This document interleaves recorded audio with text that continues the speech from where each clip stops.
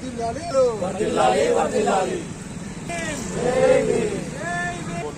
से बोलो, जय भीम बोलो, प्यार से बोलो, जोर से बोलो, जय भीम बोलो, जय भीम बोलो,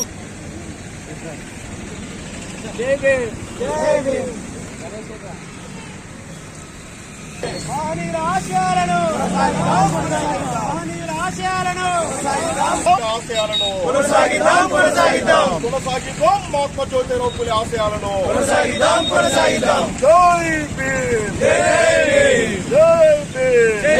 భీమ్।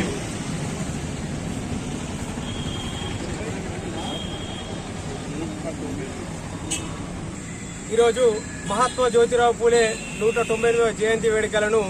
అంబేద్కర్ విగ్రహ డెవలప్మెంట్ కమిటీ మరియు జయంతి ఉత్సవ కమిటీ ఆధ్వర్యంలో వేములవాడ పట్టణంలో ఘనంగా నిర్వహించుకోవడం జరిగింది. మహనీయుడు మహాత్మా జ్యోతిరావు పూలే దేశ మొదటి సంఘ సంస్కర్తగా దేశ ప్రజలకు అక్షరమైన ఆయుధాన్ని అందించడం కోసం ఎన్నో కష్టాలను ఎదుర్కొని జ్యోతిరావు పూలే దంపతులు బడుగు బలహీన వర్గాలకు అక్షరమైన ఆయుధాన్ని అందించారు. ఫలితంగానే ఈరోజు మనందరం ఇంత విజ్ఞానవంతమైన సమాజంలో జీవించడానికి మూల కారణం వాళ్ళనే విషయాన్ని వారి జయంతి సందర్భంగా గుర్తు చేసుకుంటూ మహాత్మా జ్యోతిరావు పూలే గారు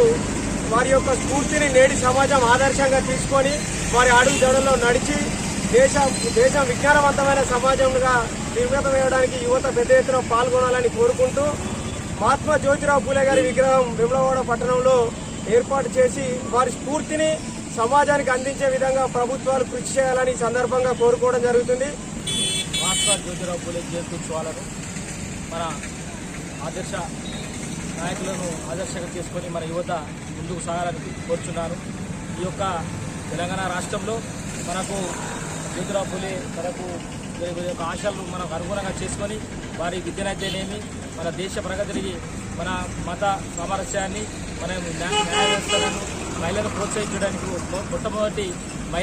మహిళా పాఠశాలను ఏర్పాటు చేసి మహిళలను ప్రోత్సహించే విధంగా మన జ్యోతిరావు పూలే గారు మన దేశానికి ఎంతో సేవలు చేశారు. వాళ్ళని ఆదర్శంగా తీసుకొని మన ముందు నడవాలని మన యువతను కోరుకుంటూ జేబీలు మరి వేములవాడ పట్టణంలో దళిత సంఘాల ఆధ్వర్యంలో మన అంబేద్కర్ ఉత్సవ కమిటీ ఒక ఆధ్వర్యంలో మరి ఈరోజు జ్యోతిరావు పూలే ఆ మహనీయుని జయంతిని పురస్కరించుకొని మరి యొక్క జయంతి చేసుకోవడం జరిగింది. మరి జ్యోతిరావు పూలే అంటే కొందరివాడు కాడు అందరివాడు అనే మరొకసారి తెలియజేస్తున్నాను. ముఖ్యంగా మహిళా సోదరిమణులకు మరి జ్యోతిరావు పూలే సావిత్రిబాయి పూలే అనే ఇద్దరు మరి దంపతులు కలిసి ఈ భారతదేశంలో ఉన్నటువంటి కులం అనే ఒక మత్తు నుండి వీడి అలాగే మరి వెనుకబడిన తరగతుల వాళ్ళకైతేనేమి ముఖ్యంగా మహిళలకైతేనేమి సమాన హక్కుల కోసం విద్యా హక్కుల కోసం సంఘ సంస్కరణ ఎన్నో తీసుకొని మరి 1827లోనే మరి సత్యశోధన్ సమాజ్ అనే ఒక స్ట్రాంగ్ సీకర్ ట్రూత్ అనే ఒక సొసైటీని స్థాపించి మరి దాని ద్వారా ప్రజలలోకి తీసుకెళ్లి మరి స్త్రీలకు హక్కులను కల్పించి విద్యా హక్కులను కల్పించి మరి ఎన్నో త్యాగాల స్ఫూర్తే మరి ఆ జ్యోతిరావు పూలే చేసినటువంటి ఈ త్యాగం మరి మన ప్రజలందరికీ తెలుసు. మరి ప్రజలు ఎక్కడ రాబోయే తరాలకు మరి జ్యోతిరావు పూలే జయంతి కానీ వర్ధంతి కానీ అలాగే సావిత్రిబాయి పూలే జయంతి కానీ వర్ధంతులు కానీ ఎందరో మహనీయులు మరి ఎన్నో త్యాగాల వల్లనే ఈరోజు మన భారత రాజ్యాంగం ఎంతో అత్యంత గొప్పగా వర్ధిల్లుతుంది. మరి అలాంటి మహానుభావులను మనం ఎప్పటికప్పుడు స్మరించుకుంటూ వాళ్ళ ఆశయాలను కొనసాగిస్తూ రాబోయే తరాల వారికి మరి వీళ్ళు చేసినటువంటి సేవలు వీళ్ళు సాధించినటువంటి హక్కులు ఇవన్నీ ముందుకు తీసుకెళ్లి వాళ్లకు వివరించే దిశగా మరి మేము ఎక్కడికక్కడ మా యొక్క దళిత సంఘాలు మా యొక్క ఇలాంటి విషయాలపై చాలా ఇంప్లిమెంటేషన్ చేస్తున్నందుకు సంతోషం వ్యక్తం చేస్తూ ఈరోజు ఈ భారతదేశం అనేది అనేకమైనటువంటి కులమతాలతో కూడుకున్నటువంటి ఈ సమాజాన్ని మార్పు కోసం మరి విద్య అనేటువంటి ఒక తెలివైనటువంటి ఆలోచించి మరి స్త్రీలు అనుకున్నటువంటి వాళ్ళు సతీ సహగమనం అనేటువంటి ఆ రోజులలో భర్త చనిపోతే భార్యను కూడా ప్రాణంతో మరి చితిలో పేర్చేటువంటి ఆ రోజులు మారాలంటే దీనన్నిటకు మూలము విద్యావంతులు అయినప్పుడే ఈ సమాజం గురించి ఆలోచిస్తారు. విద్యావంతులు ఉన్నప్పుడే ఈ సమాజంలో బ్రతకగలుగుతారన్నటువంటి ఆలోచనతోని మరి మహాత్మా జ్యోతిరావు పూలే గారు తన భార్య అయినటువంటి సావిత్రిబాయి పూలేకు అనేకమైనటువంటి ధైర్యాన్ని అందిస్తూ జన్మించి ఈ దేశంలో ఈ దేశ ప్రపంచంలోని కానీ భారతదేశ వ్యవస్థను మార్చాలంటే ఒక చదువుదారని ఒక విద్యాదారని చెప్పి తన భార్యకు సుత విద్యను బోధన అందించి ఈ దేశంలో మొట్టమొదటిసారిగా ఒక మహిళను తీర్చిదిద్దిన వ్యక్తి ఎవరైనా ఉంటాయంటే మహాత్మా జ్యోతిరావు పూలే గారు. ఆయన ఆ రోజుల్లో బాపన్న వాళ్ళ స్త్రీలను చూత చదవనియని రోజుల్లో బాపన్న వాళ్ళ స్త్రీలను కేవలం ఒక పనిమట్టుగా ఒక ఇంటి పనిగానే చూస్తున్న రోజుల్లో ఆ బాపన్న వాళ్ళ ఇళ్లలోకి పోయి బాపన్న వాళ్ళతో మాట్లాడి ఆ బాపన్న వాళ్ళ స్త్రీలకు చూత వీధులను అందించిన వ్యక్తి ఎవరు ఉన్నారంటే మహాత్మా జ్యోతిరావు పూలే.